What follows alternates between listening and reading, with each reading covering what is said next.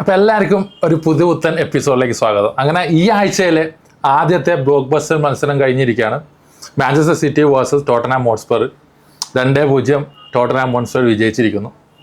ഞാൻ എൻ്റെ കഴിഞ്ഞ വീഡിയോയിൽ പറഞ്ഞതുപോലെ ഈ ഒരു മത്സരത്തിൽ ടോട്ടൻഹാംസിൻ്റെ ആക്ച്വലി ആ ഒരു അൺപ്രഡിക്റ്റബിലിറ്റി ഉണ്ടല്ലോ, അവർ ആ ഒരു എസ്പെഷ്യലി മാഞ്ചസ്റ്റർ സിറ്റിയോട് കളിക്കുമ്പോൾ ആ ഒരു അൺപ്രഡിക്റ്റബിലിറ്റി ഈ ഒരു മത്സരത്തിലും കാഴ്ച തന്നിട്ടുണ്ടായിരുന്നു.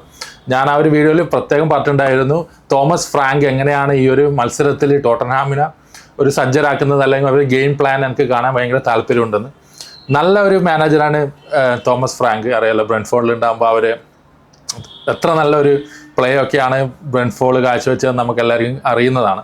അപ്പോൾ അതിൽ കുറച്ച് പോയിന്റുകൾ എനിക്ക് സംസാരിക്കാനുണ്ട് ആക്ച്വലി ടോട്ടൻഹാമിനെ കുറിച്ചും, അതുകൂടാതെ എസ്പെഷ്യലി മാഞ്ചസ്റ്റർ സിറ്റീനെ കുറിച്ചും. നമ്മൾ ആദ്യം കളിയുടെ ഒരു ചെറിയൊരു രീതിയിൽ വിശകലനം എന്ന് വെച്ചാൽ അതിൽ ആദ്യത്തെ ഒരു 30 മിനിറ്റ് വരെ ഏകദേശം നമുക്ക് അറിയുന്ന പോലെ ടോട്ടൻഹാം കുറച്ച് ഒരു ഡിഫെൻസീവ് മൈൻഡഡും, അതുകൂടാതെ എല്ലാവർക്കും അറിയാം മാഞ്ചസ്റ്റർ സിറ്റി ബോൾ പൊസിഷൻ എല്ലാ ടീമിനുണ്ട്. ഏത് ടീമായാലും ഏറ്റവും കൂടുതൽ ബോൾ പൊസിഷൻ ഉണ്ടായാലും മാഞ്ചസ്റ്റർ സിറ്റിക്കാണ്.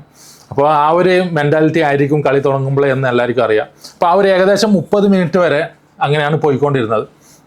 കളിയിൽ ശരിക്കും പറഞ്ഞാൽ ആ 27ാമത്തെ മിനിറ്റിൽ ഒമർ മാമൂഷിൻ്റെ ഒരു സേവ് വിക്കാരോ ചെയ്തത്, അത് ഹാലണ്ടിൻ്റെ ഒരു അത്രയും സമയം ഹാലണ്ടിന് അത്ര വലിയ റോൾ ഉണ്ടായിരുന്നില്ല, പക്ഷെ ആ ഒരു ബോള് കൊടുത്തത് വളരെ നന്നായിട്ട് അവിടെ പുള്ളിക്കാരൻ്റെ ഒരു സ്ട്രെങ്ത് ഉപയോഗിച്ച് കളിച്ചിട്ടുണ്ടായിരുന്നു.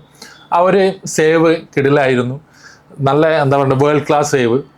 അതുകൂടെ 34ാമത്തെ മിനിറ്റിൽ ജോൺസന്റെ ഗോള്. കഴിഞ്ഞ മത്സരത്തിൽ മാൻ സിറ്റി വോൾസിനെതിരെ കളിച്ച മത്സരത്തിൽ ഹൈലൈൻ കളിച്ചിട്ടുണ്ടായിരുന്നു ഏറ്റവും കൂടുതൽ. ഈ ഒരു മത്സരത്തിലും കൂടുതൽ ഹൈലൈൻ ആയിരുന്നു കളിച്ചിട്ടുണ്ടായിരുന്നു. പക്ഷെ അങ്ങനെ ഹൈലൈൻ കളിക്കുന്ന സമയത്ത് ഒരു പക്ഷേ ചില സമയങ്ങളിൽ ആ ഒരു ഓഫ് സൈഡ് ട്രാപ്പ് ബ്രേക്ക് ചെയ്യാൻ വേണ്ടി എതിർ ടീമിന് സാധിക്കാറുണ്ട്. അപ്പോൾ വോൾസിനെതിരെ 1-2 ഗോളുകൾ അവർ അടിച്ചിട്ടുണ്ടായിരുന്നു, പക്ഷെ ആ 2 ഗോളും ഓഫ് സൈഡാണ് വന്നത്. പക്ഷേ ഈ ഒരു മത്സരത്തിൽ ആദ്യത്തെ ഗോള് സ്പേഴ്സ് അടിച്ചത് തന്നെ ആ ഒരു ഹൈലൈൻ ബ്രേക്ക് ചെയ്ത് ഓഫ് സൈഡ് ട്രാപ്പ് ബ്രേക്ക് ചെയ്തിട്ടായിരുന്നു. അതുവരെ റിച്ചാർലിസൺ എനിക്കൊന്ന് റിച്ചാർലിസനെ അനങ്ങാൻ വിട്ടിട്ടുണ്ടായിരുന്നില്ല ആ ഒരു 34ാമത്തെ മിനിറ്റ് വരെ. ആ റിച്ചാർലിസൻ്റെ അസിസ്റ്റിൽ ബ്രണ്ടൻ ജോൺസന്റെ ഗോള്, ആ ഗോളിക്ക് സ്വാഭാവികമായിട്ടൊന്നും ചെയ്യാൻ പറ്റാത്തൊരു ഷോട്ടാണ്. അതിനുശേഷം പിന്നെ 46ാമത്തെ മിനിറ്റിൽ പൗളിഞ്ഞോയുടെ ഗോള്. പൗളിഞ്ഞോനെ കുറിച്ച് എനിക്ക് ഈ ഒരു വീഡിയോയിൽ കുറച്ചും കൂടി ഒന്ന് എലാബറേറ്റ് പറയേണ്ടതുണ്ട്. പക്ഷെ ആ ഒരു ഗോൾ എന്ന് പറയുന്നത് ഒരു പക്ഷേ പെപ്പ് ഗാർഡിയോള വിചാരിച്ചിട്ടുണ്ടാവും എനിക്ക് എഡേഴ്സിനെ കളിപ്പിച്ചാൽ മതിയായിരുന്നു എന്ന് ആ ഒരു ഗോള് വീണ സമയത്ത്. കാരണം ട്രാഫോർഡിൻ്റെ ഒരു എററായിരുന്നു ആ ഗോള്. ഒരു നല്ല ബോൾ നമുക്കെല്ലാവർക്കും അറിയാം, ബെസ്റ്റ് ബോൾ പ്ലേയിങ് ഗോൾ കീപ്പറാണ് എഡേഴ്സ്. ട്രാഫോർഡിൻ്റെ ആ ഒരു എററിൽ നിന്നാണ് ആ ഒരു ഗോള് വീണത്. ഈ ഒരു മത്സരത്തിൽ ഏറ്റവും കൂടുതൽ എന്നെ ഇമ്പ്രസ് ചെയ്ത ചില പ്ലെയേഴ്സിൽ ഒരാളാണ് ജാവോ പൗളിഞ്ഞോ, ബെൻഡൻകൂർ, അതുപോലെ അവർ സാറ്, ക്രിസ്ത്യൻ റൊമേറോ, വാൻഡവെൻ, അവരെല്ലാവരും നല്ല രീതിയിൽ കളിച്ചിട്ടുണ്ടായിരുന്നു ഈ മത്സരത്തിൽ. സെക്കൻഡ് ഹാഫിലേക്ക് വന്നു കഴിഞ്ഞാൽ 52ാമത്തെ മിനിറ്റിന് ഹാലണ്ടിനൊരു ചാൻസ് കിട്ടിയിട്ടുണ്ടായിരുന്നു, ഹെഡർ ചാൻസ്. അതിന് മുന്നേ ഫസ്റ്റ് ഹാഫ് തീരുന്നതിന് മുന്നേ ഹാലണ്ടിന് ഒരു ഹെഡർ ചാൻസ് ഉണ്ടായിരുന്നു. ആ ഒരു ചാൻസ് ഒരു പക്ഷേ ഹാലണ്ട് കേട്ടിട്ടുണ്ടെങ്കിൽ അത് പുള്ളിക്കാരൻ്റെ ഒരു പിറകു വശത്തേക്കായിരുന്നു ബോൾ ലീൻ ചെയ്ത് വന്നത്. അത് ഗോളായിട്ടുണ്ടെങ്കിൽ മേ ബി ഒരു പക്ഷേ സെക്കൻഡ് ഹാഫിൽ കുറച്ചും കൂടി മാഞ്ചസ്റ്റർ സിറ്റിയുടെ ഭാഗത്തേക്ക് കളി വരുമായിരുന്നു എന്ന് എനിക്ക് തോന്നിയിട്ടുണ്ട്. പക്ഷേ ഇത് കളി ഫുട്ബോളിൽ എന്ന് സംഭവിക്കാമല്ലോ. അതിനുശേഷം 74ാമത്തെ മിനിറ്റിൽ സാറിൻ്റെ ആ ഒരു ട്രാഫോർഡിൻ്റെ 2ാമത്തെ ഒരു എറർ, അതൊരു എന്താ പറയേണ്ട ഒരു ട്രാജഡി ആയിപ്പോയനെ. അതൊരു ഗോളായിട്ടുണ്ടെങ്കിൽ ട്രാഫോർഡ് മുന്നിലേക്ക് കയറി വന്ന് സാറിൻ്റെ തുള്ളിയായിരുന്നു, ഹെഡിന് തലക്ക് കൊണ്ടിട്ടുണ്ടെങ്കിൽ ആ ഒരു ബോൾ ഡിഫ്ലക്ഷനായിട്ട് ഗോളാവും എന്തെങ്കിലും ചെയ്തിട്ടുണ്ടെങ്കിൽ ആ ട്രാഫോർഡിൻ്റെ ഫുള്ള് കോൺഫിഡൻസും ഈ ഒരു മത്സരത്തോടെ തീരുമായിരുന്നു. അതെന്തോ ഭാഗ്യത്തിന് അതൊന്നും മിസ്റ്റേക്കൊന്നും വന്നില്ല. എന്നുവെച്ചാൽ 88ാമത്തെ മിനിറ്റിൽ മാഞ്ചസ്റ്റർ സിറ്റിയുടെ ഫാൻസ്, അതിനു മുന്നേ ഫാൻസൊക്കെ സ്റ്റേഡിയം വിടുന്ന കാഴ്ചയാണ്. അത് എനിക്കൊന്ന് വളരെ അപൂർവമായിട്ട് മാത്രം കാണുന്ന ഒരു കാഴ്ചയാണ്. മാഞ്ചസ്റ്റർ സിറ്റിയിൽ നിന്നും തോൽവി സംബന്ധിച്ച് ഫാൻസൊക്കെ കളി തീരുന്നതിനും വളരെ മുന്നേ ഇറങ്ങി പോകുന്നത്. ഇതായിരുന്നു ആ കളി. നമ്മളൊന്ന് ചുരുക്കി പറഞ്ഞാൽ എൻഡ് ടു എൻഡ് മാച്ച്, നല്ല ഇൻട്രസ്റ്റിംഗ് ആയിട്ടുള്ള മാച്ചാണെന്ന് ചോദിച്ചു കഴിഞ്ഞാൽ നല്ല എൻഡ് ടു എൻഡ് മാച്ച് ആയിരുന്നില്ല, പക്ഷേ സ്റ്റിൽ ആ ഒരു ക്വാളിറ്റി ഉണ്ടായിരുന്നു. ബട്ട് മാഞ്ചസ്റ്റർ സിറ്റിയിൽ ഇപ്പോൾ എനിക്ക് തോന്നുന്നു ഒരുപാട് മാഞ്ചസ്റ്റർ സിറ്റി ഫാൻസൊക്കെ വിചാരിക്കുന്നുണ്ടാവും കെവിൻ ഡിബ്രോയിനെ പോലത്തെ ഒരു പ്ലെയർ ഇപ്പം മാഞ്ചസ്റ്റർ സിറ്റിയിലുണ്ടെങ്കിൽ ഈ ഒരു റിസൾട്ട്, അതുകൂടാതെ ഇനി വരാൻ പോകുന്ന കളികളിലൊക്കെ ഭയങ്കര ഡിഫറൻസ് ആയിരിക്കും. ഒരു ലൈൻ ബ്രേക്ക് ചെയ്യുന്ന അല്ലെങ്കിൽ ഒരു ത്രൂ ബോൾ കൊടുക്കുന്ന നല്ല കിടിലൻ ക്രോസ് ഇങ്ങനെ ഔട്ട് ഓഫ് നോവർ, അതാണ് കെവിൻ ഡിബ്രോയിനെ ഒരു എന്താ ക്വാളിറ്റി എന്ന് പറയുന്നത്. നമ്മൾ വിചാരിക്കാത്ത സമയത്തൊക്കെയാണ് പുള്ളിക്കാരൻ ഒരു അസിസ്റ്റൊക്കെ ഉണ്ടാക്കുന്നത്. അപ്പോൾ ഈ ഒരു കഴിഞ്ഞ മത്സരത്തിൽ സിറ്റിയുടെ ഏറ്റവും നല്ല പ്ലെയർ ആയിരുന്നു റേഞ്ചേഴ്സ്, 2 അസിസ്റ്റും 1 ഗോൾ അടിച്ചിട്ടുണ്ടായിരുന്നു. പക്ഷേ ഈ ഒരു മത്സരത്തിൽ പുള്ളിക്കാരൻ കളിച്ചിട്ട് ഓക്കെ നല്ല മോശമില്ലാത്ത കളിയായിരുന്നു, പക്ഷേ ആ ഒരു ക്രിയേറ്റീവ് സൈഡ് കുറവായിരുന്നു.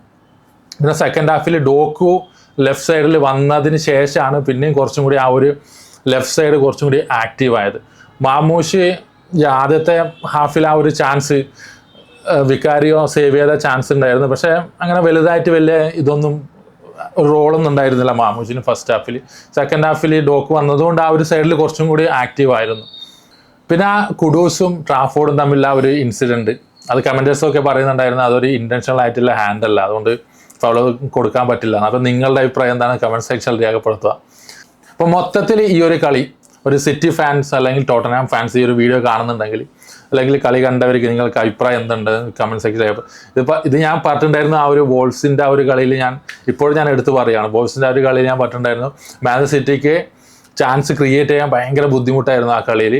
ഇനി വരുന്ന വലിയ നല്ല ടീമോട് എസ്പെഷ്യലി ലൈക്ക് ആർസണൽ, ചെൽസി, ലിവർപൂളൊക്കെ കളിക്കുമ്പോൾ മാഞ്ചസ്റ്റർ സിറ്റിക്ക് ഇതേപോലെ ഒരു ഗോൾ ക്രിയേറ്റ് ചെയ്യാൻ സാധിച്ചില്ലെങ്കിൽ കുറച്ച് ബുദ്ധിമുട്ടായിരിക്കുമെന്ന് എനിക്ക് തോന്നുന്നു. ഇപ്പോൾ ടോട്ടൻഹാമിൻ്റെ സൈഡിലേക്ക് വന്നു കഴിഞ്ഞാൽ ഇത് ആഞ്ച് പോസ്റ്റക്കോഗിളാണ് ഇപ്പോഴും ടോട്ടൻഹാമിൻ്റെ കോച്ചെങ്കിൽ ഈ ഒരു മത്സരം മേ ബി 5-4, 4-2, 4-3 അങ്ങനെയുള്ളൊരു സ്കോർ ലൈൻ കാണുമായിരുന്നു. തോമസ് ഫ്രാങ്ക് നല്ല മജീഷ്യനായിട്ടുള്ള ഒരു കോച്ചാണ്. അപ്പം ഈ ഒരു സീസണിൽ മിക്കവാറും Tottenham Hotspur may be top 6 ഉണ്ടാവാനുള്ള സാധ്യത വളരെ കൂടുതലാണ്. ഇപ്പോൾ അവർ എനിക്ക് തോന്നുന്നു 2 മത്സരത്തിന് ശേഷം ഇപ്പോൾ അവർ 1ാം സ്ഥാനത്താണ്. അപ്പം നിങ്ങൾ കളി കണ്ടവരാണെങ്കിൽ കമൻറ്റ് സെക്ഷനിൽ തീർച്ചയായും രേഖപ്പെടുത്തുക നിങ്ങളുടെ അഭിപ്രായം എന്താണ്. മാഞ്ചസ്റ്റർ സിറ്റിയുടെ പ്രകടനം എങ്ങനെയുണ്ടായിരുന്നു, ഏതെങ്കിലും പൊസിഷനിലാണ് അല്ലെങ്കിൽ ഏതൊരു വിഭാഗത്തിലാണ് അവർക്ക് കളി മെച്ചപ്പെടുത്തേണ്ടത് എന്നുള്ളതും കമൻറ്റ് സെക്ഷനിൽ തീർച്ചയായും രേഖപ്പെടുത്തും. അപ്പം അടുത്ത ഒരു മത്സരത്തിൽ മേ ബി ബ്ലോക്ക് ബസ്റ്റർ മത്സരം തിങ്കളാഴ്ച ഇല്ല, ആ ഒരു മത്സരത്തിൽ ഞാൻ ന്യൂകാസിൽ വാസസ് ലിവർപൂൾ അതിൻ്റെ ഒരു വീഡിയോ എന്തായാലും ചെയ്യുന്നതാണ്. ഒരു പക്ഷേ എനിക്ക് ഇതിൻ്റെ അനാലിസിസ് വീഡിയോ ഒന്ന് ചെയ്യാൻ താല്പര്യമുണ്ട്. ഞാനത് വീഡിയോ ഒന്നും കൂടി കണ്ട് റീപ്ലേ ഒക്കെ ഒന്നും കൂടി കണ്ടിട്ട് എനിക്ക് ഐഡിയ കിട്ടുന്നുണ്ടെങ്കിൽ ഞാൻ ഒരു വീഡിയോ ചെയ്യാം. അപ്പോൾ എല്ലാവർക്കും വീഡിയോ ഇഷ്ടപ്പെടാൻ ലൈക്ക് ചെയ്യുക, ഷെയർ ചെയ്യുക, സബ്സ്ക്രൈബ് ചെയ്യുക. അപ്പോൾ അടുത്ത വീഡിയോയിൽ കാണുന്നവരെ താങ്ക് യു.